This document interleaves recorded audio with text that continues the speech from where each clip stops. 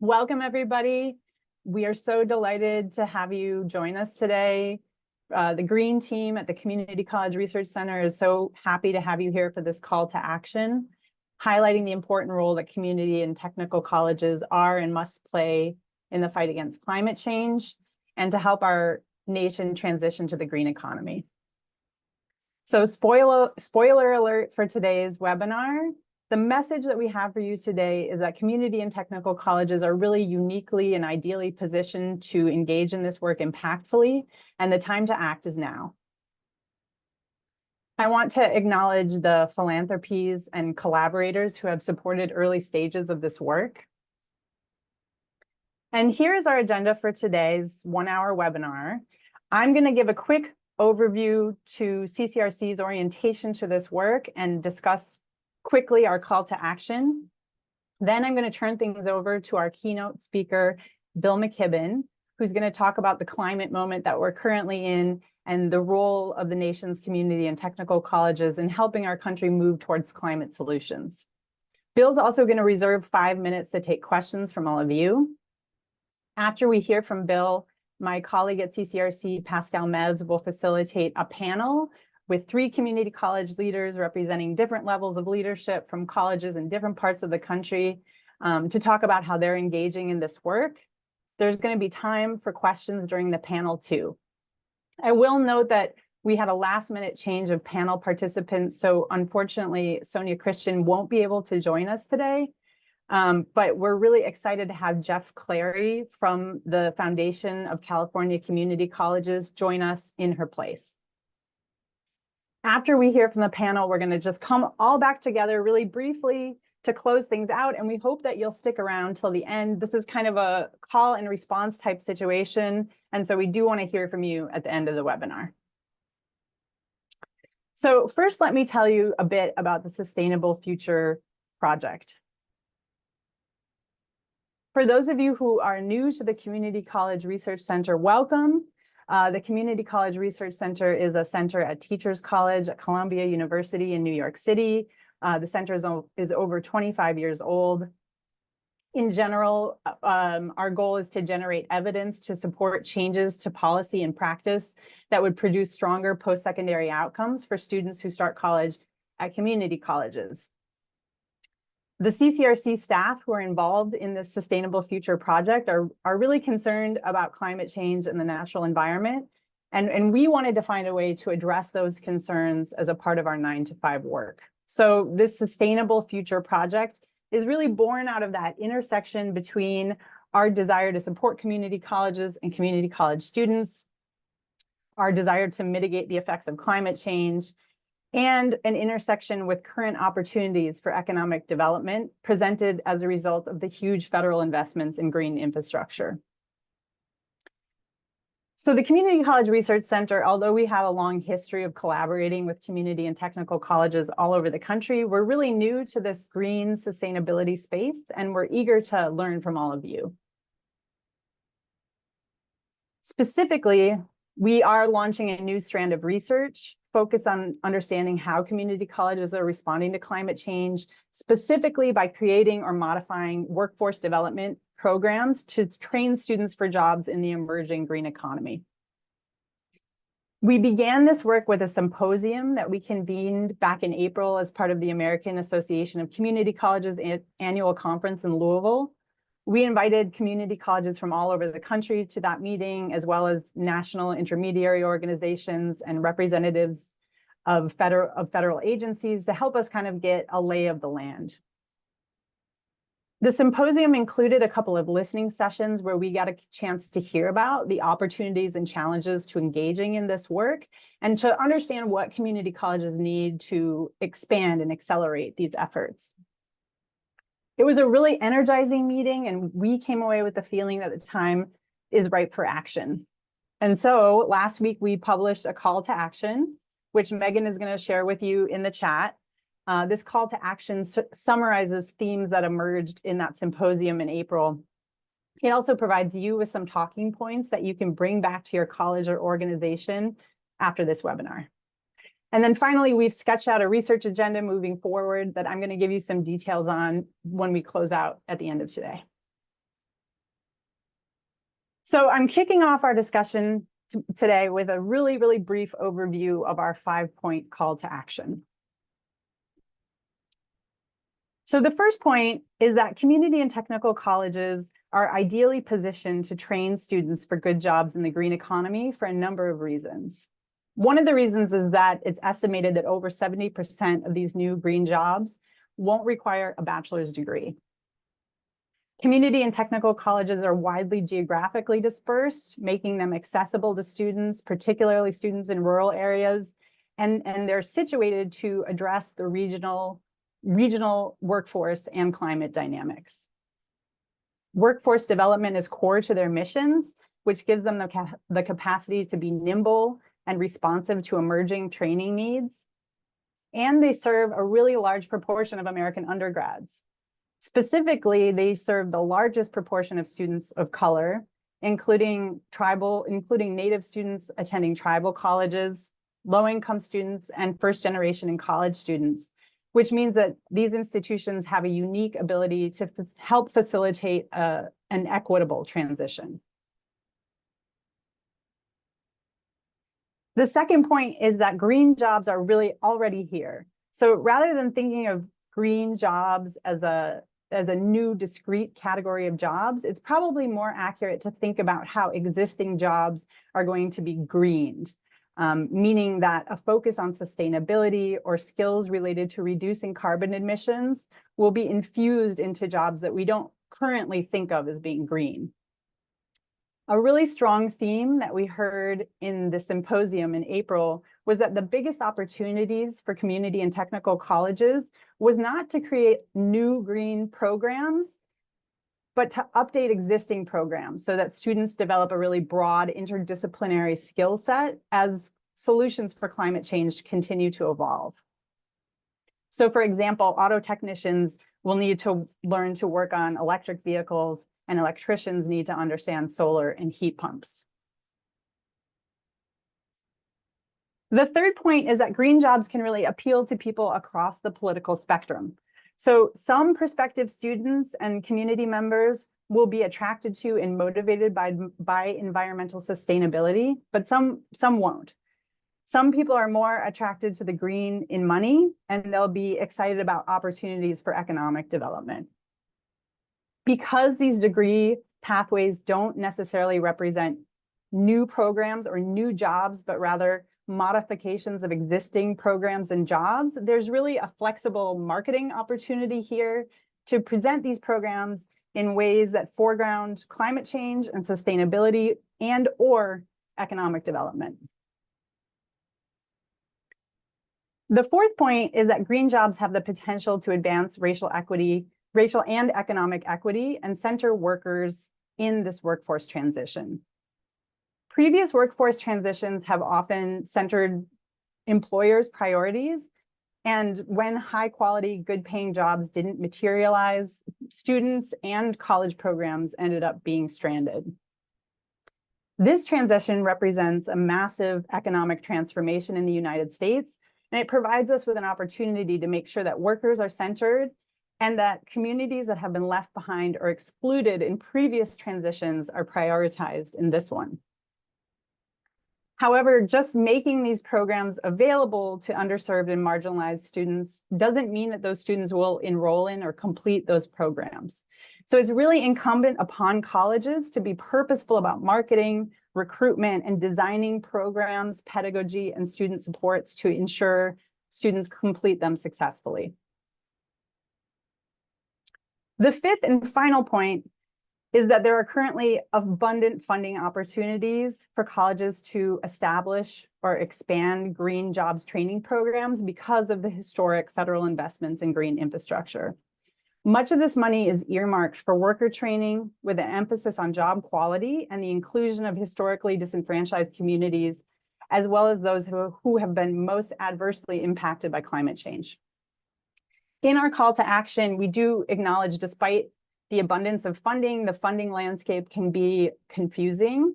Many of these funding opportunities will flow through states and local workforce agencies and employers. So it's really critical for community colleges to establish partnerships with these entities to access funding, but also to ensure that there is coordination between training programs, states, and industry. This way, training programs will be in place to prepare students with the skills that they're going to need, aligned to their regional and state infrastructure plans. So with that, I'm going to introduce our really exciting keynote speaker, Bill McKibben. Bill helped to found the climate campaign group 350.org, and he's also the founder of Third Act, which organizes people over the age of 60 for action on climate and justice. He's the author of many, many books, including The End of Nature and a new memoir called The Flag, the Cross, and the Station Wagon. If you have questions for Bill, please put them in the chat, and we're going to save 5 minutes for him to respond to those after his remarks. So I'm going to turn things over to you, Bill, and welcome, and thank you so much. Maggie, thank you so much, both for that kind introduction and for all your good work. I'm going to talk for 10 minutes, and then we'll have a little time for questions. And really, the things that I want to say are fairly simple. They are 3 in number. 1, we really do face a truly remarkable moment in human history, maybe the most difficult moment in human history. Raising the temperature of this earth is the biggest thing that human beings have ever done. And we're smack now in the middle of it. A week ago, Sunday was the hottest day measured on this planet ever. And the scientists think that it was the hottest day in the last 125,000 years. You know what that's leading to all over the world. You've watched the fires, the floods. Here in my native Vermont, we have, seems like we have a new epic flood every couple of weeks now. The 100-year storm comes once a summer, and with it brings all kinds of misery and devastation. But of course, that misery and devastation is far, far worse in the poorer places of the world that did the least to cause the crisis that we're now in. So far, human beings have raised the temperature of the planet about 1.5 degrees Celsius. We're on a path to raise it closer to 3 degrees Celsius. If we allow that to happen, then we will not have civilizations like the ones we're used to having. That's simply too much violent chaos and flux. And so the powerful job for human beings is to figure out how to make sure that does not happen. The second point that I want to make is that we're in a good position finally to do something about this. You know, we've talked about climate change for a long time. I wrote the first book about it 30 some years ago. And for much of that time, we've known that we needed to stop burning fossil fuel because burning coal and gas and oil produces about at least 80% of the emissions that are driving the greenhouse effect. But for most of that period, it was very difficult to figure out how we would get off coal and gas and oil because we had no ready and affordable substitute. But the scientists and engineers have done their job. And over the last 10 years, we have watched the price of renewable energy fall something on the order of 90%. That's solar power, that's wind power, and that's the batteries to store that power when the sun goes down or the wind drops. We now live on a planet where the cheapest way to produce power is to point a sheet of glass at the sun. That is a water into wine miracle that allows us the possibility of making very rapid change if we seize it. And we can see in the few places that have made a real start in trying to seize it, just how quickly this can happen. For the last 100 days in California, for instance, renewable energy, sun, wind, hydropower, have supplied more than 100% of electricity demand for a large portion of each day. So much excess renewable energy already that when the sun goes down, the batteries that have been storing that energy all afternoon have become the largest source of supply to the grid. I just finished a story for the New Yorker, so the numbers are in my mind. California is using 40% less gas to produce electricity this year than they did last year. That is a very big number. It's the kind that begins to put some kind of dent into the climate crisis. And California is the 5th largest economy in the world and arguably the most modern. California hasn't done everything right, but it's going very much in the right direction, and it's demonstrating what can be done. It has plenty of work left to do, happily. Which brings me to my third, and for this conversation, most salient point, I think, which is the nature of the work that needs now to be done.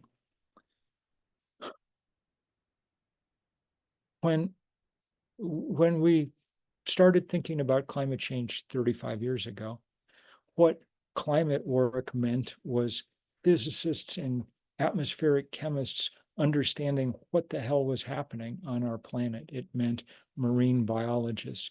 It meant economists figuring out new policy, on and on and on. And those were all, for the most part, PhD level jobs. And there were very few of them. That's not what a climate job or a green job is now. A green job, the most important green jobs on the planet, are no longer about the science, which we now understand pretty well. The big discoveries have been made. The most important green jobs on the planet, the ones that will save us from real ruination or not, are those jobs that are about the implementation of these new technologies. What do I mean?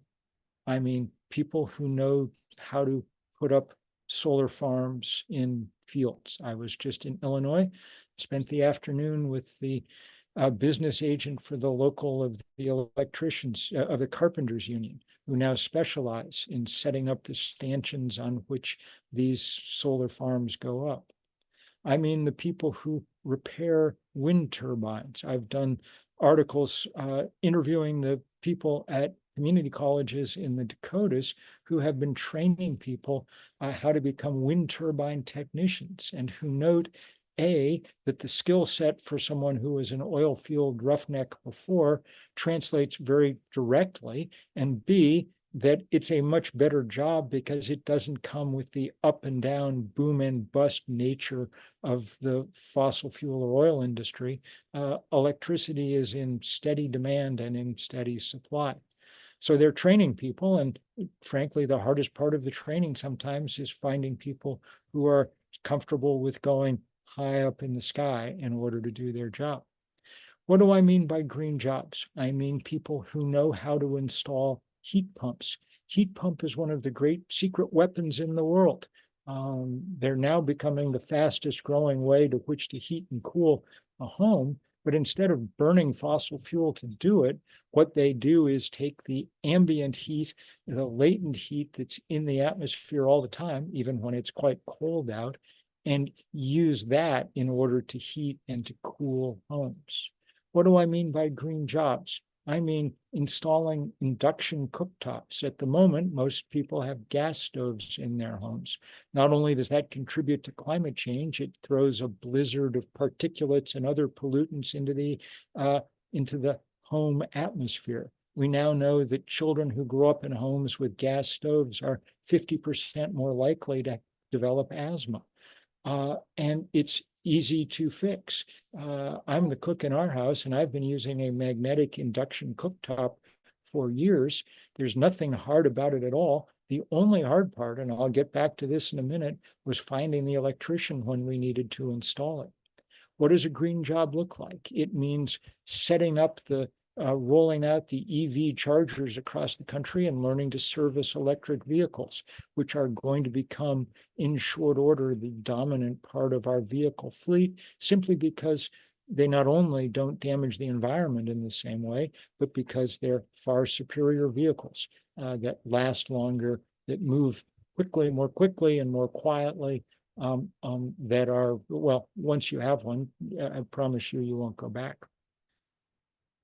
The only problem in this scenario at the moment, and it's a great boon for the work you do, is that we lack the people to get this job done. Rewiring America, which is the organization set up to really try and spur the electrification of this country, estimates that in the next few years, we need 1 million more electricians in this country. And if you've tried to call an electrician, find one in recent years, you know how true that is. Same thing goes for HVAC contractors, for auto mechanics, for on and on and on. When young people come to me, though I teach at a liberal arts college, when young people come to me and ask, what's a way that I can, with my life, help save the planet? What I increasingly tell them is, think about a job as an electrician or something like it. And not only will you be doing incredibly powerfully constructive work on behalf of the planet, you will be an environmental hero. You will also have the kind of steady family supporting job that's all too rare in our country now. That means that the people who teach people how to do this are environmental heroes too, absolutely crucial players in building up this infrastructure that we badly, badly need. This is the biggest task that humans have ever undertaken. We're trying to swap out one energy system for another without shutting down the planet in the process. We're trying to do it on the fly. And as that California example makes clear, it's possible to make it happen, but it's going to take political will. It's going to take, and that's exemplified by things like the Inflation Reduction Act that the Congress passed 2 years ago. And it's going to take people. And that's where we need y'all to be at the absolute forefront of the fight to save this earth. I cannot promise you that we will succeed in this fight. We're late in it, and we've already suffered enormous damage. The fact that the poles are now melting is a very bad sign, because they are very big parts of our planet. But the best science indicates that we still have a window to prevent things from getting worse than they have to. That window is narrow, it is closing, but you can help prop it open by training the generation of people who will get this work done. So thank you in advance for your incredibly important service in this endeavor. And there I will stop. And Maggie, if there's a question or two, I'm happy to see if I can answer them. Thanks, Bill. That was super inspiring. We just have a very short moment to take if anyone has any burning questions for Bill before we move into the panel discussion. Just checking the time here. I did have one I wanted to ask you, Bill. You know, one of the points we make in our call to action is that community colleges often play this role of being a kind of convener in their communities, and they are organizers in a way, because they get to educate people about the transition to green jobs and the opportunities associated with green jobs. And I wondered, since you have such a long experience with organizing, what wisdom you might share with us about how they can more effectively play that role. Absolutely. I've lived my life in rural America, so I know the crucial role that community colleges play. Adirondack Community College near me, Vermont Technical College, and on and on and on. And that role, as you say, is often being, among other things, the kind of intellectual leadership of the community. That's not a role necessarily that gets played in New York City or Los Angeles or something, but it is in a great big swath of the country. And so the possibility of convening, one of the most important roles, I think, here is in helping high school and junior high school students understand the enormous realm of possibilities that lie before them and what it will take, what they need to do to prepare for those. I think you have to remember what a difficult moment it is to be a young person right now in this country. You've got two things coming at you. One is the climate crisis, which seems just overwhelming and daunting and often leads to a kind of anxiety and grief. And the other is this affordability crisis that makes it very hard for young people to imagine that they'll ever have a home or anything else. So and as a parent, I can tell you that these are the things we worry about with our kids. So to me, one of the most powerful things to do would be to start intervening in junior high and middle school and letting kids and parents know what these possible career paths look like and what skills would be best to come out of high school for. I don't think kids understand that there's a $150,000 a year job waiting for them if they figure out how to be a top-notch electrician in America right now, that there is job security for the rest of their lives. And letting them know that not only helps shape their path, it helps shape their psyche, helps them understand that they don't need to be quite as scared about the economy, nor quite as powerless in the face of climate change, which seems like often an overwhelming reality to our young people. Thanks so much, Bill. Unfortunately, we don't have any more time for questions. I see other folks' questions in the chat. So possibly we can follow up with Bill about a few questions via email and share his responses. But we just want to thank you so much, Bill, for joining us Thank you so today. much. Thank you so much. Take care, everybody.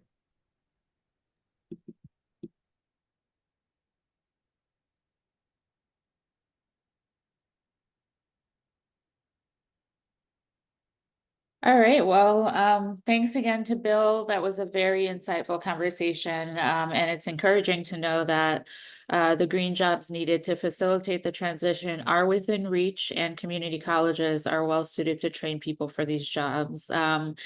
Well, that segues well into the next portion of our agenda, where we have an exciting conversation planned today with panelists representing a broad spectrum of community college leadership, all committed to tackling climate change in a just and equitable way. Our first panelist is Jeff Clary. He's the Senior Director of Climate Strategies at the Foundation for California Community Colleges. We also have Dr. Chris Westover, the president of Mountain Empire Community College. And finally, Dr. Chris McNally, who is the chair of Applied Technologies, the Applied Technologies Department at Hudson Valley Community College. So I will start by asking each of our panelists to introduce themselves, including what they do and how their work relates to the climate change and green jobs. So why don't we start with Jeff, and then we'll move on to Chris Westover and then Chris McNally. Thanks, Pascal. I'm Jeff Clary, with the Senior Director of Climate Strategies with the Foundation for California Community Colleges and Special Advisor to the Chancellor on climate issues. My role was created 2 years ago, and it really was to figure out how to leverage the power represented in the 116 colleges, more than 2 million students that are part of the California community colleges. As Bill just kind of alluded to, there's a lot of diversity embedded into what community colleges represent, from rural institutions that really are those anchor institutions of their rural county, or a place that's kind of not on the beaten path for a lot of what happens in the policy world. But we also have the urban colleges that are really tapped into these currents in what's happening in the political and the climate action world. So I've been in the role for about 2 years. 1 year ago, we got a new chancellor, Dr. Sonja Christian, who sends her regrets for not being here. It's a rough start to the budget year in California, so things are happening quickly and unpredictably. She came into the role with a focus on climate, recognizing both its importance as a standalone issue and those unique roles that Maggie mentioned that really underpin what community colleges can do that no other institutions are set up to do. I will say, as Bill alluded, California has been very proactive in the climate space. So both from the governor, the legislature, and the agencies that are trying to implement our legislation, they have been, setting ambitious targets, getting things moving, but making money available in like kind of ridiculous quantities at times. But what has happened is reality hits, that implementation hits the wall of workforce. Best intentions, the best, most ambitious goals can't happen if you don't have that intermediate group of people that can carry out those energy transitions or other kinds of transitions that are needed. One other thing I'll just add before I pass it along is that there's been a lot of focus on green jobs as these things that take care of this mitigation piece, reducing our greenhouse gas emissions now, so that hopefully we get better conditions in the future. But there's a lot of work that community colleges are also really well placed to do that's in this adaptation space, figuring out how to make communities and individuals healthier, happier, and better now, kind of with the conditions we already have and with policy changes that are also kind of buffeting people around. There's a lot we can do there, and that's hopefully something I can come back to when we talk a little bit more. Excellent. Thank you, Jeff. And I will turn it over to Chris Westover. Good afternoon. I'm Chris Westover. I'm the president at Mountain Empire Community College, and we are located in the heart of the Appalachian Mountains, Big Stone Gap, Virginia, kind of wedged between Kentucky and Tennessee. In fact, the only town of Appalachia is in our service region. We have been historically a coal community, and coal has driven the economy here since pretty much the inception of the communities that surround us and the communities that we serve. I became the president at Mountain Empire Community College in about 2017, about 7 years ago. And when I came, our college had done a whole lot of work to try and advance green energy, renewable energy, particularly around solar. We had an energy program, an energy technology program that was really, solar was the foundational piece. And we had that program for probably 5 to 8 years, and we're really having a difficult time aligning graduates with jobs. And in our region, solar has not been embraced as quickly and as rapidly as it has perhaps maybe in California or other areas. And I think that's not true today, but historically that has been true. I think a lot of work has been done in the last decade or more to really help coal communities understand the importance of diversifying the energy grid, the importance of green energy and renewable energy, and kind of reframing at least our region as not the coal capital of the world, but the energy capital of the world. So we've done a lot of work we've got an authority here called the Southwest Virginia Energy Research and Development Authority. That authority is appointed by the governor of Virginia to kind of advance energy technologies within the coal field region. And we've been working a lot with Virginia Tech. We are in the process in our region of creating what's called the Delta Energy Lab. And we're looking at not only solar, offshore wind, renewable technologies. We're also looking at hydrogen. It's going to be a lab for all kinds of renewable energies to help position our region as the energy capital and not just the coal capital. With those challenges, I'll get back to kind of the college and our role. We had a really difficult time at first helping folks. Commercial solar was non-existent in our region a lot because of the power companies. Residential solar is still very limited in our region. We have worked in the last 5 to 7 years really on trying to advance commercial solar and to try and get more solar projects in our region. Our college engaged, and I'll talk more about this as we go on, but our college is engaged in kind of a demand pull workforce model to help with apprenticeships in solar installations, to help make sure that the jobs are there as we train these students, and to also kind of diversify our energy program to look at heat pumps, HVAC, electricity, the entire grid, and not just solar by itself or wind by itself. So it's an exciting time in our region, and I think we are, as a region, understanding the differences between energy and coal, and that coal is a small piece of a larger umbrella that we can be a part of. So that's been really exciting too, and looking forward to talking about that more here in a bit. That's really great. Thank you so much, Chris. And yeah, we do want to hear a little bit more about that. You know, how you've been able to pull some of this off, I think, given some of the political pressures as well. So we'll get back to that. But first, we want to hear from Chris McNally, just a little bit about what you do and how your work is related to green jobs and climate change. Great. Hi, everybody. Thank you for being with us. Chris McNally. I'm from Hudson Valley Community College in Troy, New York, which is upstate New York. I like to explain to people, if you look at New York City and you look at Montreal, we're literally halfway in between. So, you know, you just go north from New York City, you're going to run into us. Hudson Valley is a mid-sized community college that was founded back in 1950s as a technology school for veterans returning from the Korean War. And it's grown significantly, but we've maintained our focus on the technology areas, what used to be referred to as skilled trades. That's really been a main focus. We have a very prestigious liberal arts school as well, but our focus has really been on the technologies, and we like to think that we do it very, very well. Personally, I've been at the college for over 28 years now. I started off as an automotive instructor, and I'm a product of the community college system in New York.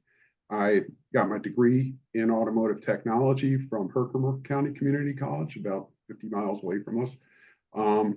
Went out and worked in the field as a technician, returned to school to get a bachelor's degree in education, and came to Hudson Valley to teach automotives. And, you know, it was, I didn't realize it when I was younger, but this was really the dream job for me. My parents were able to recognize what I should be doing, and they let me become an automotive technician, knowing that that would be a pathway into something new. So I came to Hudson Valley as an automotive technician, trainer, and instructor, and been there ever since. We've been very fortunate to have a succession of deans who have been very forward thinking and have recognized the value of green jobs and green energy since the late 90s, early 2000s. So we've been involved in clean energy for over 2 decades now. Some of the programs that we are currently running right now were the first of their kind, if not just in New York or the Northeast, but in the nation as well. So we're really well situated to be working in this field and to help other colleges join in and train future technicians and future leaders in the clean energy. So that's really what we're looking forward to doing. Excellent. Thank you. So I will now ask specific questions of each of you. And at this point, I also want to invite participants, if you have any questions for Chris or Jeff, to please just put those in the chat, and hopefully we'll have have time for 1 or 2 questions at the end of the panel. But I want to start with Jeff Clary. You know, in your role, I think it's evident that you interact with lots of different types of people, lots of different actors and participants in this field. Can you talk a little bit about how you've leveraged partnerships with a range of institutions, all with the goal of working toward an equitable transition? Sure. As Maggie said in her introductory comments, it's a really diverse set of jobs that we're talking about. You know, we're thinking very broadly in the things that are relevant here, and in that setting, like the amount and depth of partnerships needed to be effective is really, you know, an important concern. So in California, obviously, our government our agencies are very, very much involved in the work that we do around green jobs. In fact, for example, our California Air Resources Board sets a lot of our climate policy and our emissions targets.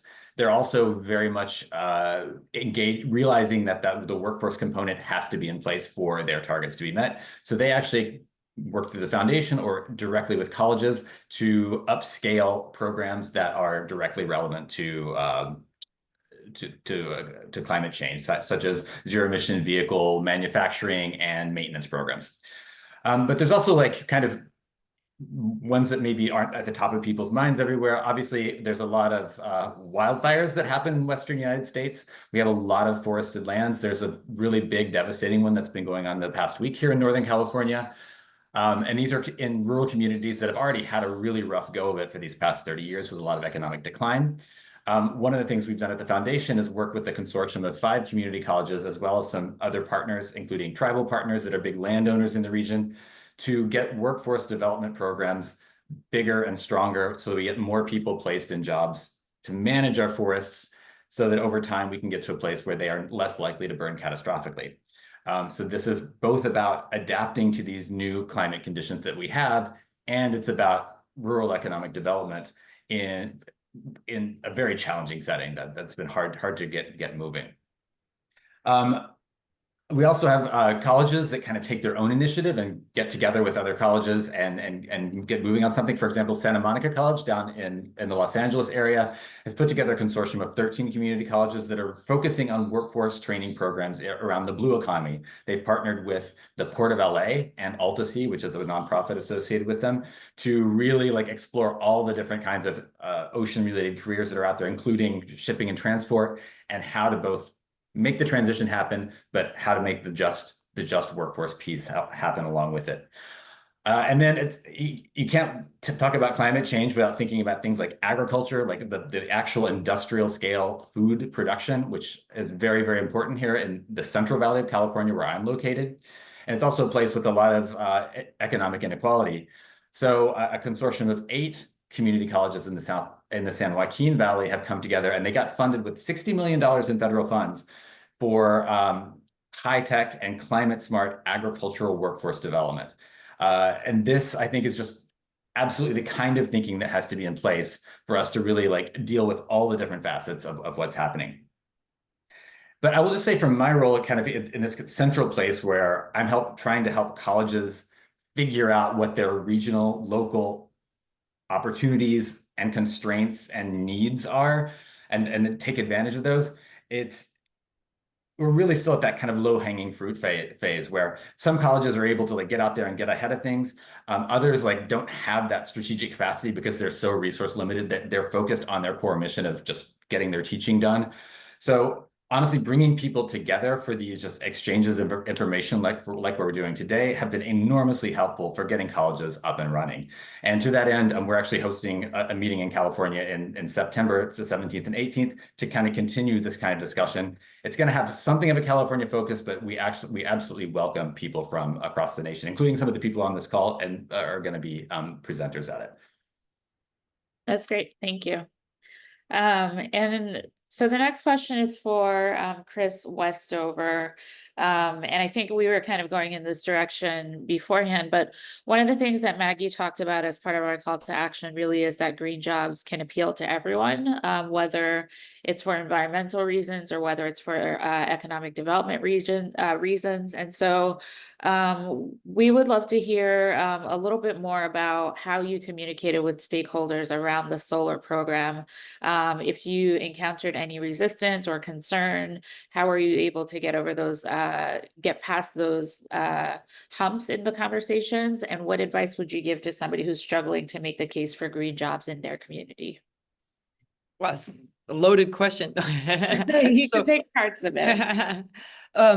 Well, as I mentioned, we've had an energy technology program for quite a while, and really tried to push solar before solar came to the region to kind of be prepared for that, and it somewhat backfired to a degree because we had numerous individuals who are trained in solar installation, battery operation, HVAC, and then the jobs didn't come. So we kind of backed up and continued with our energy technology program, tweaked it a little bit, and started looking at how can we bring more solar to the region if we really want these, how can we bring the jobs here now that we have the workforce and have a plan for the workforce.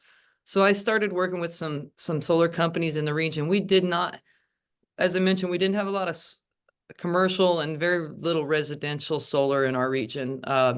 Power purchase agreements were not something that was available in our region, and we've worked legislatively Actually took about 3 years to get that move through to where state entities can work through power purchase agreements. School systems can work and put solar on their campus, like rooftop solar, through power purchase agreements to make it more affordable for them. So through that legislative work, in consultation with other schools, with solar companies, with the Energy Research and Development Authority, we were able to get those in place and then worked with school systems in the region to kind of start with solar, rooftop solar, because the next generation needs to see it and understand it. And we needed to get some solar in our region so people could see and understand. So we had a few bold superintendents willing to move forward with rooftop solar and through power purchase agreements. And we built a model, actually,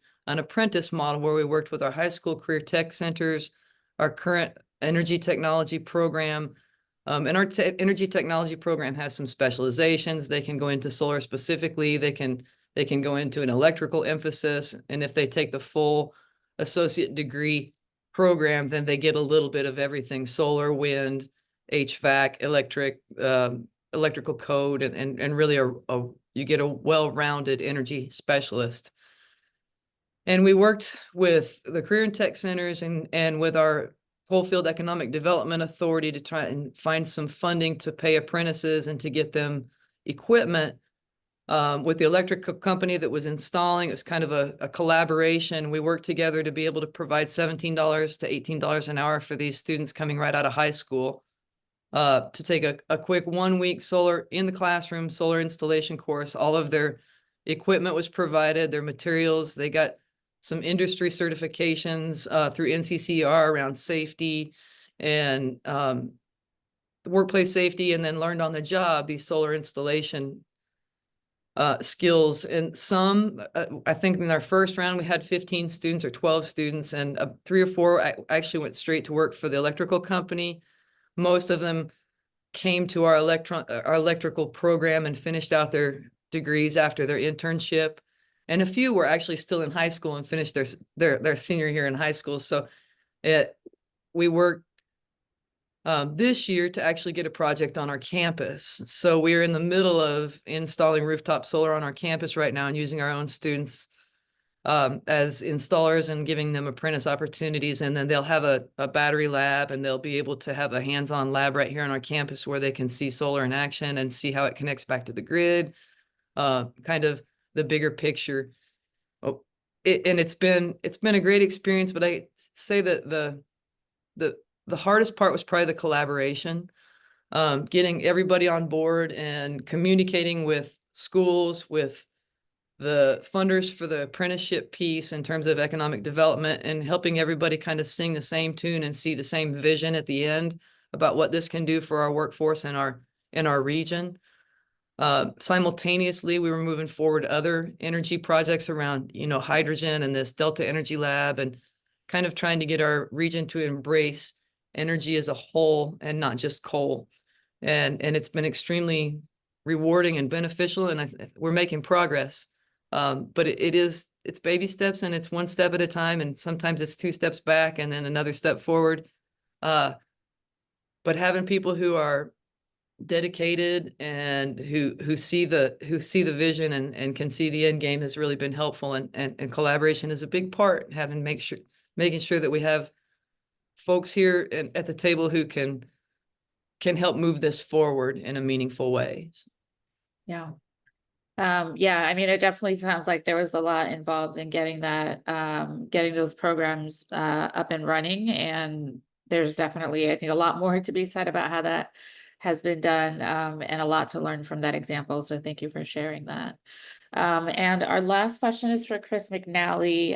Can you talk a little bit about how Hudson Valley Community Colleges adapted your programs to prepare students for the critical skills that they would need to meet employer demand in green jobs? How did you, because we talked earlier about how, we don't have to create a bunch of new jobs. There are existing jobs that we can sort of make green. And so what was that process like for you at Hudson Valley Community College? The way I like to explain it to people is for those of us who are involved in this day to day, this has really been an evolutionary process. So people from the outside, this might look like a green revolution. When we talk about electric vehicles are something that's very new to a lot of the population. But those of us who have been in the automotive industry, we've been dealing with electrified vehicles since the late 1990s, early 2000s.